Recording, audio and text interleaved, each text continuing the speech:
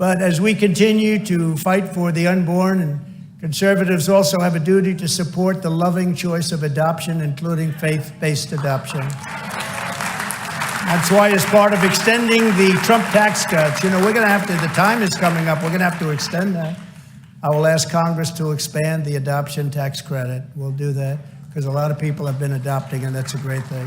Another top priority will be to expel the communists and these terrible people that have taken over our education system, when you look. I will immediately sign a new executive order to cut federal funding for any school pushing critical race theory, transgender insanity, and other inappropriate racial, sexual, or political content on our children.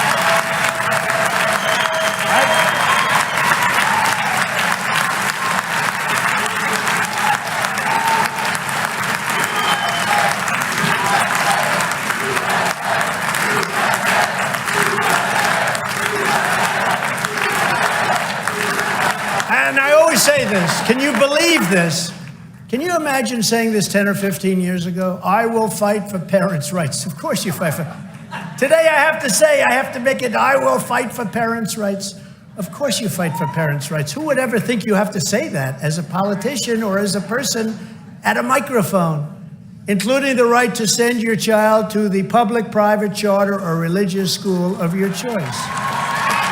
At the same time, I refuse to abandon our public school system to these lunatics, because what's happening there is terrible. That's why I will fight for the direct election of school principals by the parents of the school. If any principal is not getting the job done, the parents should be able to vote to fire them immediately and to select someone who will.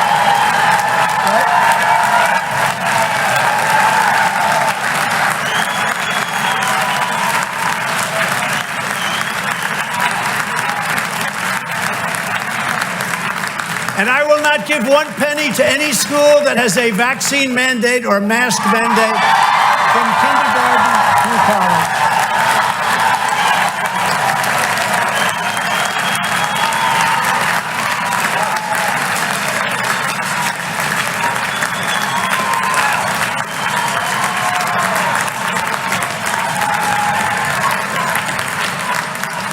And something else I find hard to believe that I have to even say, it's so ridiculous. It's so horrible and so ridiculous. I will keep men out of women's sports.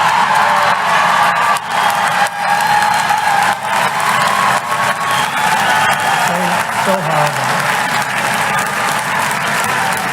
And I will sign a law prohibiting child sexual mutilation in all 50 states. Prohibited. And on day one, I will reinstate the Trump ban on transgenders in the military. We had it banned. Because our warriors should be focused on crushing American enemies, on being strong, on having the image of being strong. They have to be powerful. They have to be strong, especially when you see what's happening in the world today. Not catering to radical gender ideology. So I had this in the military, and a lot of the generals that I dealt with, the real generals, the good ones, the generals that weren't involved in the worst, most embarrassing day of our lives as a country, and that was the removal of our military from Afghanistan before our American citizens were taken out, before our soldiers were protected, leaving $85 billion worth of brand new Trump equipment. I bought it all, brand new, beautiful.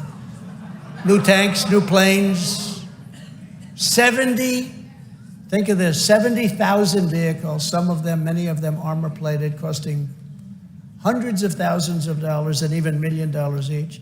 700,000 rifles, guns, and that type of equipment.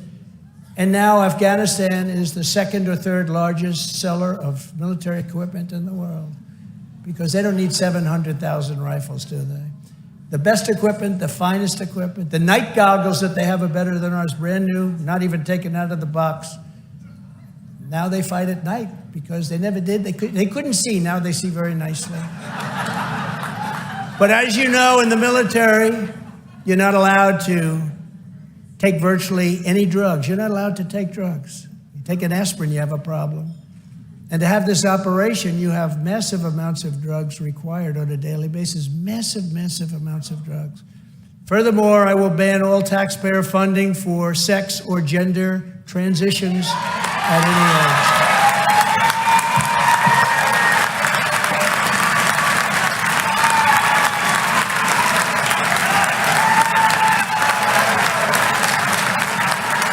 And just as I've done for 4 years, I will fully uphold our Second Amendment. We need our Second Amendment. I will bring back free speech in America. And finally, to restore pride in our history and confidence in our future, I will lead a massive year-long salute to America to celebrate the 250th anniversary on July 4th. This was July 4th, 1776, okay?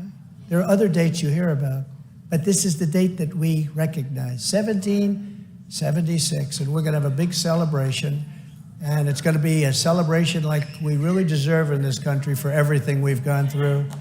With you at my side, we will give our nation's founding the amazing anniversary party that America needs and so richly deserves.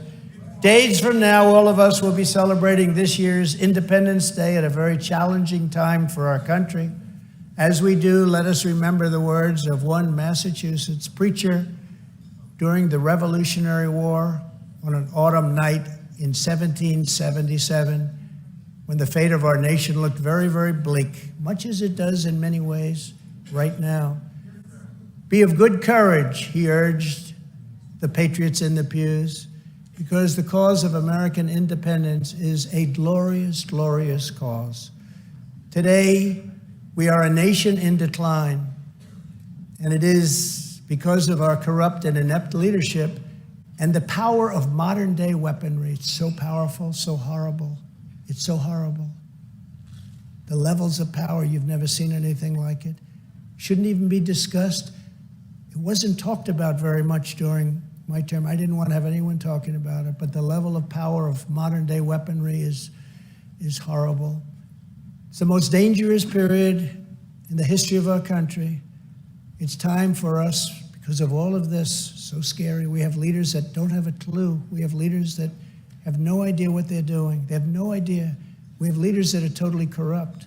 These are corrupt people.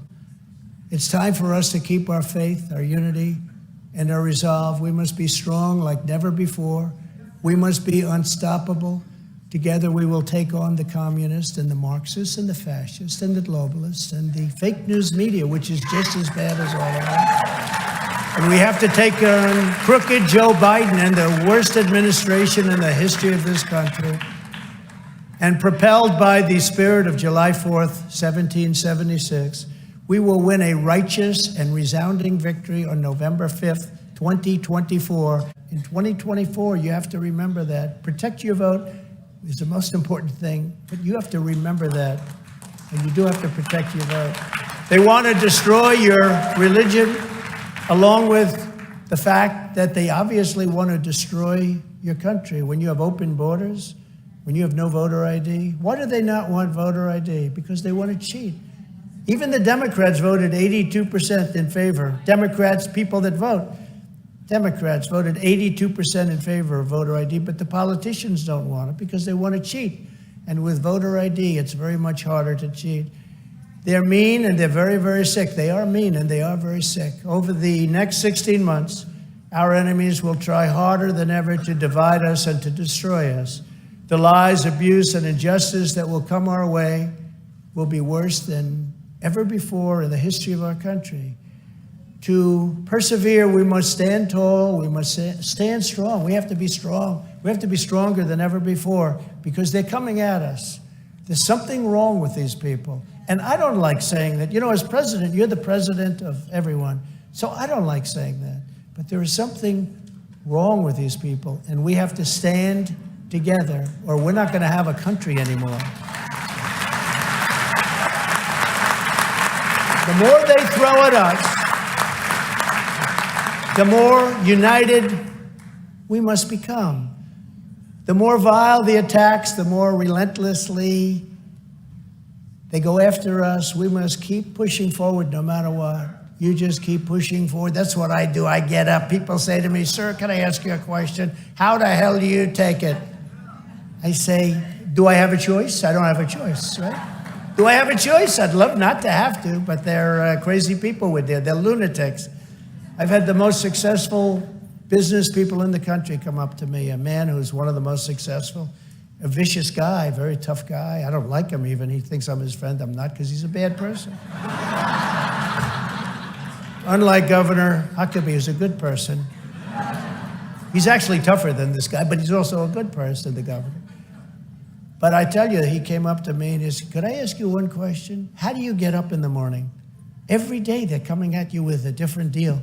I mean, it started with spying on your campaign. Then it went to the different impeachments and hoaxes and indictments. And how do you do it?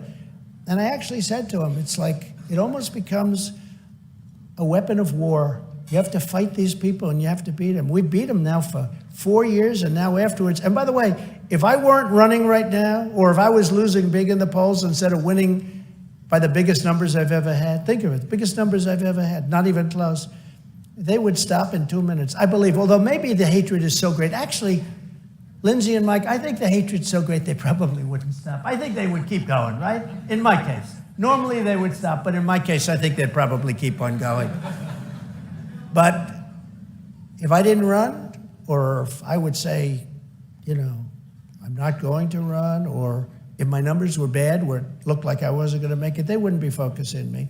They would focus on whoever was leading, and they would go after that person, male or female, just as viciously as they go after me. And that person would not be able to handle it. That's why you have no choice but to vote for Donald Trump.